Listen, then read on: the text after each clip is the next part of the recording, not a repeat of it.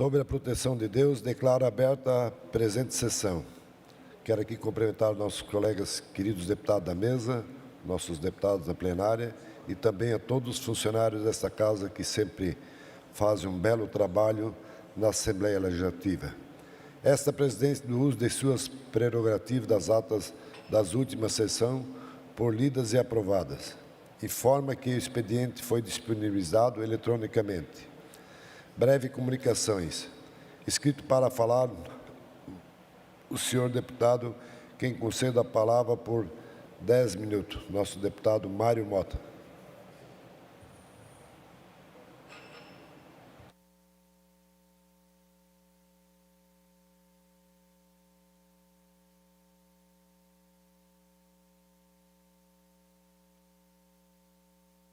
Bom dia, presidente.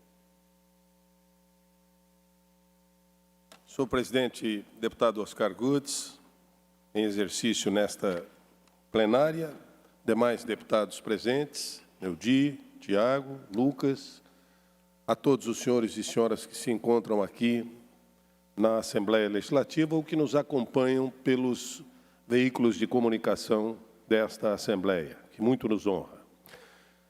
Amigos, eu subo a esta tribuna para tratar de um tema que a sociedade vem acompanhando com muita atenção, uma atenção crescente e legítima expectativa.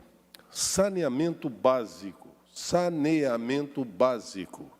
Um serviço essencial que impacta diretamente a saúde pública, a qualidade do meio ambiente e, sobretudo, a dignidade dos seres humanos.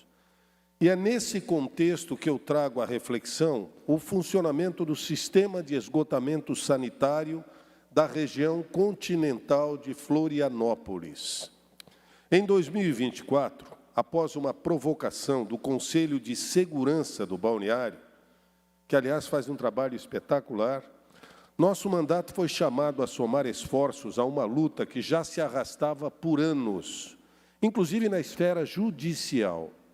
Uma luta que jamais deveria ter sido necessária, porque o que se reivindicava não era favor nenhum, era cumprimento de um contrato, era respeito aos cidadãos que pagam tarifas, era o direito coletivo a um ambiente saudável. A partir daquele momento, nós passamos a atuar tecnicamente ao lado da comunidade. Em conjunto, nossa equipe de fiscalização realizou inúmeras reuniões com os órgãos competentes, transformamos a preocupação legítima em relatórios técnicos e os relatórios em requerimentos formais exigindo providências. Esse esforço contribuiu para impulsionar uma ação civil pública que já existia e que tramitava há quase 2 décadas, 20 anos. Recentemente, esta ação resultou numa decisão judicial determinando que a concessionária do Serviço de Águas e Esgotamento Sanitário e o município, portanto, Casan e Prefeitura de Florianópolis, apresentassem um plano definitivo para enfrentar os problemas estruturais do sistema, eu repito, no sistema de esgotamento sanitário da região continental de Florianópolis. Essa decisão não veio por acaso. Ela se impôs pela gravidade dos fatos que nós pudemos constatar. O relatório técnico que apresentamos revelou um quadro muito preocupante, com falhas operacionais relevantes, entre as quais eu destaco a ausência de estruturas essenciais nas estações elevatórias do bombeamento do esgoto, com sistemas de retenção de resíduos sólidos e motobombas reservas. Deterioração dos poços de visita, aquele onde se confirma que o funcionamento está adequado. O extravasor permitindo a entrada de água do mar no sistema. Deveria ser o inverso, mas não, a água do mar invadia o sistema. E o estado crítico do chamado interceptor G, que é uma canalização ao longo da praia, responsável por recolher e conduzir grande parte do esgoto coletado no continente até a primeira estação elevatória de Barreiros e dali até a estação de tratamento de esgoto de Potecas. Essa tubulação de grande porte, eu repito, instalada sob a areia da praia, ao longo da areia da praia, foi submetida diariamente à influência de marés, apresentava um acúmulo significativo de sedimentos e um desgaste estrutural. Para ter sedimentos, tinha que ter rachaduras. Então, ao invés de proteger o esgoto, ela deixava o esgoto extravasar para a areia da praia. Os efeitos eram mensuráveis. Somente em 2022 foram registrados 836 extravasamentos no sistema continental. O que é um extravazamento? Quando o sistema lota, superlota, ou se abre e deixa correr o esgoto, ou ele explode. 836 extravasamentos apenas em 2022. Diante desse cenário, ficou evidente que mudanças eram inadiáveis.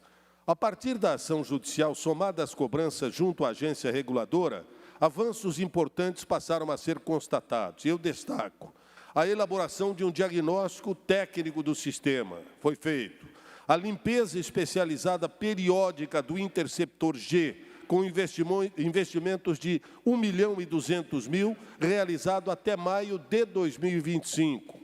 Um plano de ação para a instalação de dispositivos de remoção de resíduos e motobombas reservas nas estações elevatórias, algo que está em andamento com conclusão prevista para 2027. A instalação de válvulas tipo flap circular para impedir a entrada de água do mar pelo extravasor da estação elevatória da Ponta do Leal. A revitalização de poços de visita na praia, exatamente na faixa da praia. E a constatação e contratação de uma nova estrutura para o primeiro trecho, o trecho 1 do interceptor G, com investimentos de 4,6 milhões de reais. É importante registrar, essas conquistas não pertencem a um mandato, ainda que nos honre ter contribuído, pertencem à comunidade que nunca desistiu, ao Conselho de Segurança que se organizou e que continua cobrando de forma exemplar. Não por acaso, há 2 dias tivemos um fato simbólico. Após anos de histórica negativa na balneabilidade, a praia do balneário voltou a aparecer como própria para banho, senhores. Trata-se de algo raro, ocorrido em apenas 2,5% das análises realizadas desde 2015. Ou seja, em 314 coletas, somente 8 vezes a praia foi apontada como própria para banho. Estamos avançando na direção correta, mas sem perder de vista os desafios que ainda persistem. Se antes cerca de 60% das estações elevatórias não possuíam sistemas adequados de retenção de resíduos e nem motobombas reservas, é inegável que houve progresso. Ainda assim, permanecem unidades aguardando essas melhorias. A limpeza do interceptor removeu aproximadamente 50 metros cúbicos de areia acumulada dentro dos canos. Contudo, o sistema ainda opera em regime afogado, o que indica possível infiltração de água do mar e entrada contínua de areia e sedimentos.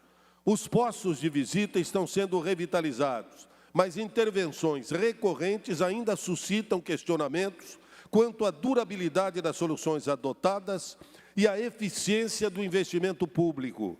E, embora o novo interceptor G tenha sido finalmente contratado, ainda teremos cerca de 16 meses até a sua plena operação. É um período que vai exigir acompanhamento rigoroso. Registro também uma mudança institucional relevante. Gradualmente, a concessionária passou a reconhecer a necessidade de modernização estrutural da própria infraestrutura, deixando de atribuir exclusivamente a valores e a fatores externos a responsabilidade pela falta de balneabilidade na praia. O desafio agora é transformar essa postura em prática permanente de gestão, e não apenas em resposta a decisões judiciais ou a pedidos de informação dos deputados. Mas hoje é, sim, um dia de reconhecer avanços. Como se diz, é hora de enxergar o copo meio cheio. Se cada instituição fizer sua parte, inspirando-se na dedicação exemplar dos moradores do balneário, eu tenho a convicção de que a placa indicando praia própria para banho será cada vez mais frequente. E os moradores do continente poderão ir à praia andando 100 metros, que é algo impossível há 30 anos. De nossa parte, o trabalho continua. Eu informo que protocolamos recentemente um novo ofício junto à agência reguladora, solicitando informações e providências para os trechos 2 e 3 do Interceptor G. Balneabilidade não deve ser exceção, deve ser regra em todas as praias. Assim, com eficiência e estrutura atualizada e responsabilidade contratual, devem ser princípios permanentes de toda a concessionária de saneamento. Para concluir, e eu peço 30 segundinhos mais, se o senhor me permitir, para concluir, reitero os meus agradecimentos e cumprimentos à comunidade do balneário, pela perseverança do seu Conselho de Segurança, pela dedicação. Ao juiz titular da 6ª Vara Federal da Subsecção Judiciária de Florianópolis, cuja atuação nos últimos 3 anos tem sido fundamental para viabilizar os avanços observados. Finalmente, o que está em jogo aqui não é apenas um interceptor, ou a segunda e terceira parte dele, ou uma estação elevatória. É o modelo de gestão que desejamos, é o padrão de responsabilidade que aceitamos. Da minha parte, reitero o compromisso de seguir vigilante, técnico, colaborativo e respeitador. Muito obrigado, senhor presidente. Obrigado, deputado Mário Mota. Ainda inscrito para falar, o nosso querido amigo deputado Sargento Lima, que eu concedo por 10 minutos a sua palavra.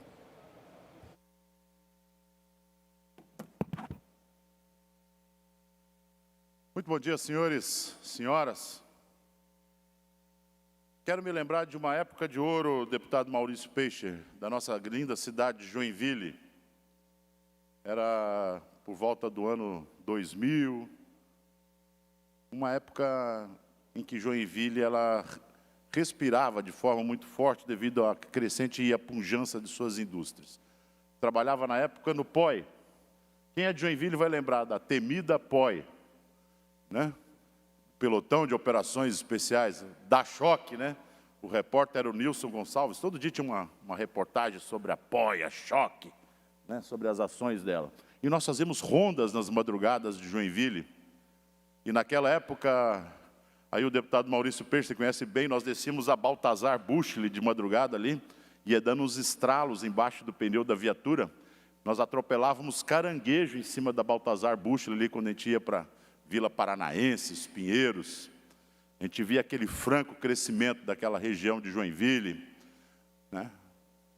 E tinha uma característica engraçada naquela época. A gente via um pessoal na esquina e a gente abordava mesmo. A gente olhava, aqueles malucos ali, vamos meter os caras. A gente abordava as pessoas, praticava a abordagem.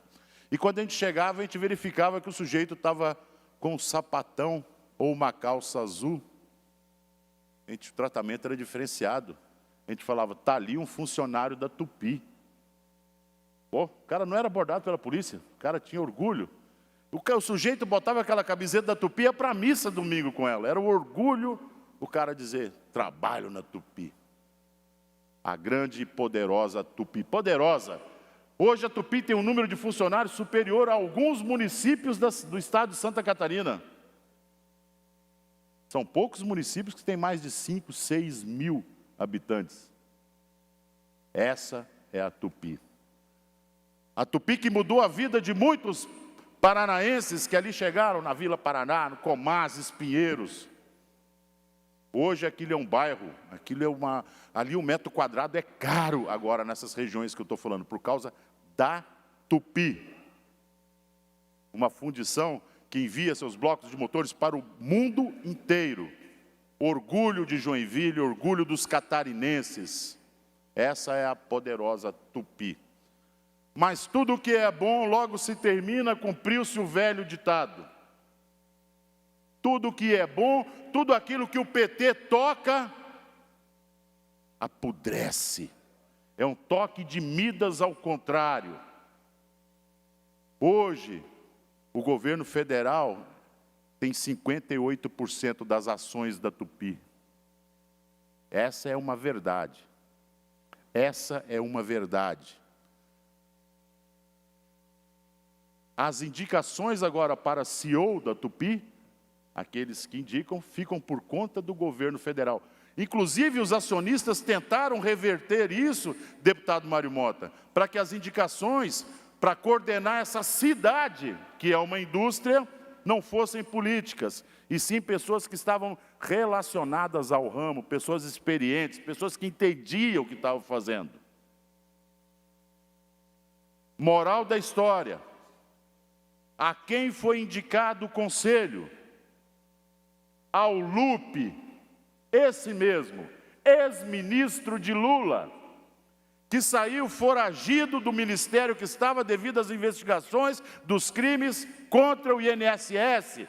É o dinheiro dos velhinhos, Lupe. Quer saber o segundo indicado de conselho da Tupi? Aniele Franco. Essa mesma, a irmã da falecida Marielle. Sabe qual era a experiência dela, a expertise dela? Com fundição, com quebrar canal, com areia de fundição, com abastecer o mercado internacional com blocos de motores. A experiência dela era voar com o avião da FAB para ir assistir jogo de futebol. E o currículo dela tem uma linha: irmã da falecida Marielle. Moral da história: as ações da empresa despencaram 50%. 50% despencaram as ações da empresa Tupi. Onde esse pessoal coloca a mão, derriba por terra qualquer projeto. Mesmo que seja um projeto de ferro, de aço. É impressionante, é pior do que o ferrugem. Corrói e derriba. Aniele Franco e Carlos Lupe. Está lá no conselho da Tupi. Eu não sei se já viram uma fundição por dentro na vida deles. E vocês acham que o salário é pouco ou não? Você acha que eles vieram aqui por causa de 3 salários mínimos, mais o vale, mais livre da boia? Passam dos 50 mil reais de salário. Não basta parasitar. Esse partido ele não quer só parasitar o governo, parasitar o dinheiro. Agora ele quer parasitar a iniciativa privada. Existe uma preocupação muito grande, gente, muito grande. Uma empresa que derruba 50% do valor de suas ações, ela está num caminho acelerado para o fracasso. E a primeira providência é o quê? As demissões. Essa é a primeira providência. Eu não tenho raiva do petista. Eu vou falar bem a verdade. Porque eu sei muito bem qual é a natureza deles, para que eles servem, o que eles vão fazer. Eles avisaram que iam quebrar o Brasil no período pré-eleição. Eles avisaram que fariam isso. Eles avisaram que ia pegar e tirar as pessoas competentes de suas cadeiras e colocar incompetentes. Eles falaram: nós vamos aparelhar a máquina com a companheirada. Eles avisaram e o povo pagou para ver. Agora, tem uma coisa que eu tenho raiva assim, é o catarinense que apoia e vota. Esse eu tenho pavor, porque ele está num estado superavitário, num estado que paga a conta, ele trabalha para pagar a conta, para poder enfiar a mão no próprio bolso dele. Vou falar, incrivelmente, nesses 3 anos, eu passo ali, eu subo ao Albano Schmidt, vou até a frente do Hospital Hans-Dieter Schmidt, faço o círculo na frente constantemente. Antes disso, antes da Tupi perder 50% do valor das suas ações, tinha sempre caminhão ali de sindicato ali na frente falando. Misteriosamente faz 2 anos que não tem nada ali. Nada. Alguém está trepado no caminhão reclamando que as ações das empresas caíram 50% e que estão em franca decadência? Não. Não existe essa preocupação. Não existe essa preocupação. E vale lembrar, e tem que se deixar muito claro, que o PT e o PSOL somado juntos são os partidos mais de extrema esquerda, como eles nos chamam, de extrema direita. Não passa de 100 votos na Câmara Federal. Para botar o seu plano em ação, eles precisam de ajuda. Para botar o seu plano maquiavélico de falir o Brasil, eles precisaram de ajuda. Quais foram os partidos que votaram junto com o PT? Quais foram? Alguém mais ao centro? Alguém mais ao diálogo? Que diálogo é esse? É o diálogo cabuloso? Por que alguém deliberadamente pratica aquilo que é errado, se não está ferindo alguma vantagem para si? Pena, porque hoje já é difícil já. Você vê aquela enxurrada de bicicletas descendo Albano Schmidt, Baltazar Buchli, e aquele monte de bicicleta indo para a curva do Nereu. Aquilo era uma beleza, era a saída da Tupi, o trânsito parava. O sujeito ia para a missa com a camisa da Tupi. Era um orgulho o fim de semana aí com o carro. Tu via lá o pátio da Cooper Tupi cheio, todo mundo fazendo compra. Era um sinônimo de força, um sinônimo de pujança, casamento na sede recreativa da Tupi, batizado de filho. Impressionante como eles não podem ver absolutamente nada de pé que eles precisam derrubar. E absolutamente tudo que eles tocam é um ferrugem. É um ferrugem isso. E eles avisaram que ia fazer e fizeram. Impressionante. Como eu disse, os acionistas tentaram inverter a situação, mas não conseguiram, derrubaram. Está no estatuto, a indicação é política. Pobre Tupi.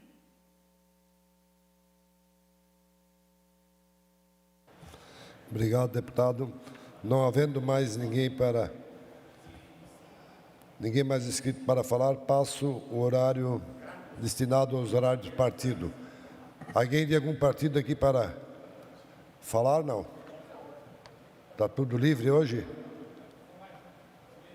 Estou com a palavra, deputado Maurício Peixe.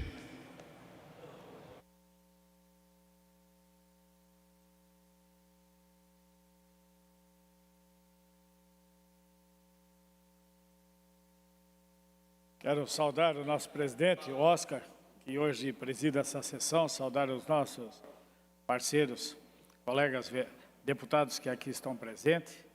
Falar um pouquinho de Joinville, né? Joinville, essa cidade maravilhosa, a maior cidade do estado de Santa Catarina, que está completando aniversário nesse dia 9 de março, e que, graças a Deus, nós temos um grande parceiro em Joinville, que se chama governador Jorginho Melo. Ele esteve praticamente uma vez por mês em Joinville, desde que ele assumiu aqui como governador do estado. Em todas as vezes que ele foi em Joinville, ele levou sempre um recurso atendendo o pedido nosso, deputado Sargento Lima, deputado Maurício e também dos deputados da bancada norte. E numa parceria com o prefeito Adriano, que administra Joinville e que é um pré-candidato a vice-governador. E essa evolução, esses investimentos fazem com que Joinville desenvolva cada vez mais. Vamos ter alguns equipamentos importantíssimos que é necessário. Primeiro foi investimento na Serra Dona Francisca, praticamente 35 milhões de reais, para fazer 2 áreas de escape, mas também para fazer o melhoramento da pista, tirando uma curva perigosa. Isso era esperado há muito tempo. E ele teve a coragem e investiu e está fazendo. Outra ação muito importante, já está em licitação, é a duplicação do eixo industrial da Dona Francisca. Hoje nós temos um equipamento lá, o Perene Business Park, que passam por dia lá, trabalham, circulam, em torno de 10 mil pessoas. E o grande problema que tem é a parte de infraestrutura viária para chegar até lá. É uma pista antiga, a estrada Dona Francisca é muito antiga, é a mais longa que temos em Joinville e que nunca foi olhada. Graças ao governador Jorginho Melo, pedido do prefeito Adriano e também da Associação Comercial, do Conselho das Entidades, hoje vai ser colocado lá em torno ali de 74 milhões de reais para a duplicação. Joinville é uma das poucas cidades de Santa Catarina, e do tamanho dela, que não tem uma entrada duplicada na cidade. Nós temos lá duas entradas principais, uma chamada Otto Cardérfio e outra Rua 15 de Novembro, que é o pórtico da Expoville. Nenhuma das duas era duplicada. Hoje o governador, na parceria com o prefeito de Joinville, está botando recurso para duplicar a entrada de Joinville ao Otto Cardérfio, onde o grupo CRH vai estar fazendo a Cidade das Águas, já começou a Cidade das Águas, que é um empreendimento que deve ter lá, no futuro, 15 mil moradores, onde contém tudo aquilo que é necessário para viver lá, trabalhar lá e ter área de lazer e outros equipamentos para poder não ter que sair de dentro desse espaço. Também o governador está colocando recursos lá para fazer a parte do Palácio das Orquídeas, em Piraberaba, que vai ser um equipamento de turismo. Além de quem que gosta de flores, né? Amante de flores, eles, de orquídeas, pode ir lá como equipamento turístico que vai ficar muito bonito. Também nós presenciamos, com já a assinatura do governador, o pedido, para fazer um grande teatro municipal no centro da cidade de Joinville. Já está sendo desapropriado o que está em volta, o que é necessário, a compra do local, o antigo Cine Palácio, para fazer ali o grande teatro municipal, que vai aí ter também em torno de 40 a 50 milhões de reais de investimento. O governo do estado vai fazer parceria com o governo municipal. Vamos ter um teatro de qualidade, porque Joinville precisa. Nós temos só um teatro pequeno, que é no Centro Eventos, o Teatro Juarez Machado. E o teatro também da Harmonia Lira, mas são muito acanhados, pequenos, para o tamanho da cidade de Joinville. E se for falar em saúde, também foi colocado 5 milhões de reais recente para a construção da Vila de Saúde no bairro Paranaguamirim. Mas foi bancado também a palavra do governador na sua campanha, que ele ia ajudar recursos na saúde para fazer a folha do pagamento do Hospital São José. São 4 milhões por mês, 48 milhões de reais agora nos últimos 12 meses, que foi colocado para poder ajudar o Hospital São José, Hospital à Saúde de Joinville. Fora outros convênios que tem de pavimentação de ruas, né? E também de outros equipamentos que Joinville está precisando. Então, nós passamos por um grande momento, a cidade de Joinville, de desenvolvimento, de crescimento e de harmonia, para que possamos ter, sim, unidos o Estado de Santa Catarina e a cidade de Joinville para um crescimento sustentável de qualidade. E Joinville está ganhando muito com isso. Nenhum governador fez tanto por Joinville como está fazendo o governador Jorginho Melo. O último governador, que foi inclusive de Joinville, Luiz Henrique da Silveira, que sim, que teve mais em Joinville, porque era de Joinville e levou. Mas igual o governador Jorginho Melo, para Joinville não teve até hoje. E eu, quando falo Joinville, vou passar para a região. E eu, como deputado, e tenho a graça de Deus de estar aqui nesse momento especial de Santa Catarina, de ter um governador como Jorginho Melo, nós estamos vendo as cidades do entorno de Joinville, ou do Planalto Norte, ou da região norte de Joinville, no mesmo desenvolvimento.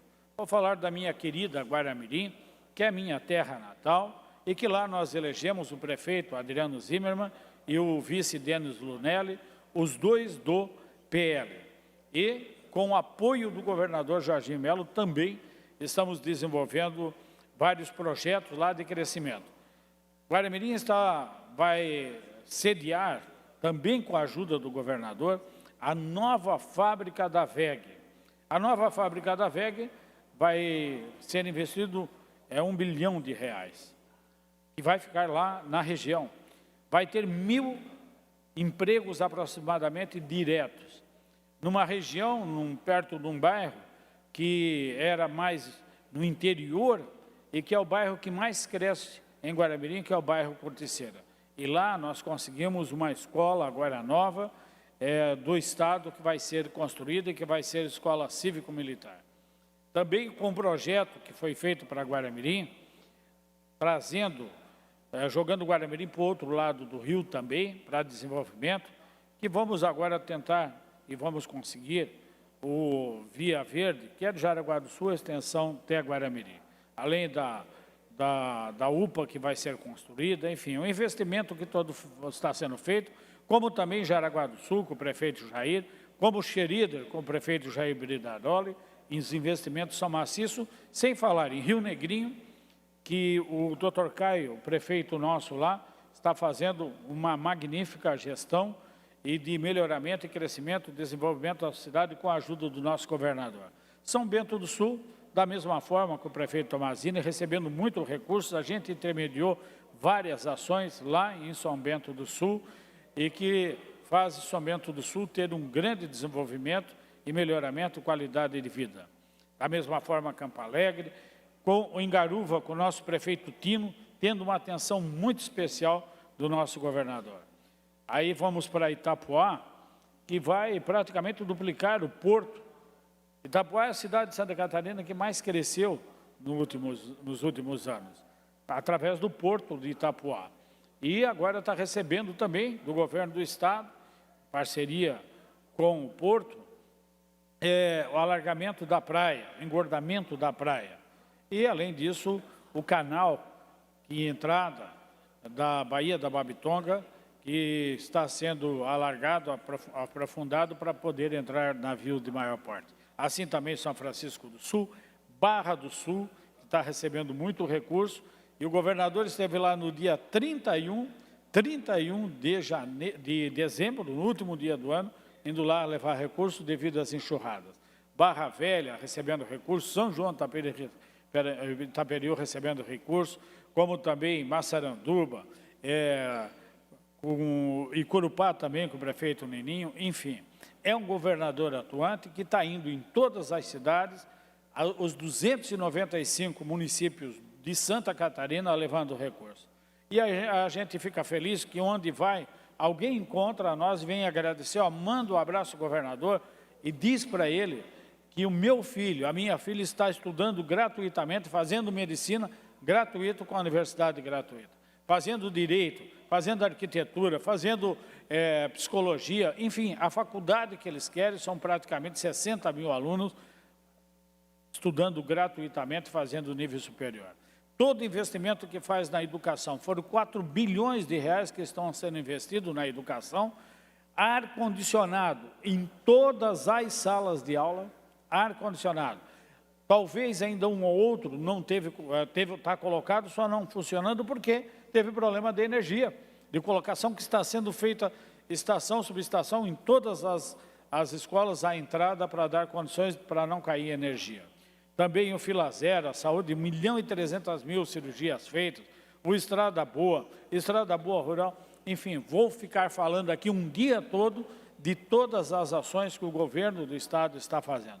Santa Catarina, deputado Oscar, vive um período muito feliz, vive um momento de muito crescimento, desenvolvimento, melhoramento. É o estado com menor número de bolsas famílias recebidas, 4,2% só. É o estado com maior número de carteiras assinadas proporcional. Enfim, é Santa Catarina o melhor estado do Brasil. Parabéns, governador Jorginho Melo, por todas essas ações realizadas nos 295 municípios de Santa Catarina. Muito obrigado. Obrigado, deputado. Ainda disponível horário destinado aos partidos, alguém ainda para se comunicar? Não havendo mais ninguém dos blocos para se pronunciar, passamos para a ordem do dia. Comunicação. Esta presidência comunica que encaminhará aos destinatários, conforme determina o regimento interno, as seguintes indicações. Indicações 92 a 95. Não havendo mais oradores inscritos, convocação da próxima sessão. Esta presidência, antes de encerrar a sessão, convoca outra especial para às 19 horas, em comemoração dos 70 anos da extensão rural da IPAGRE. Está encerrada esta sessão. Obrigado.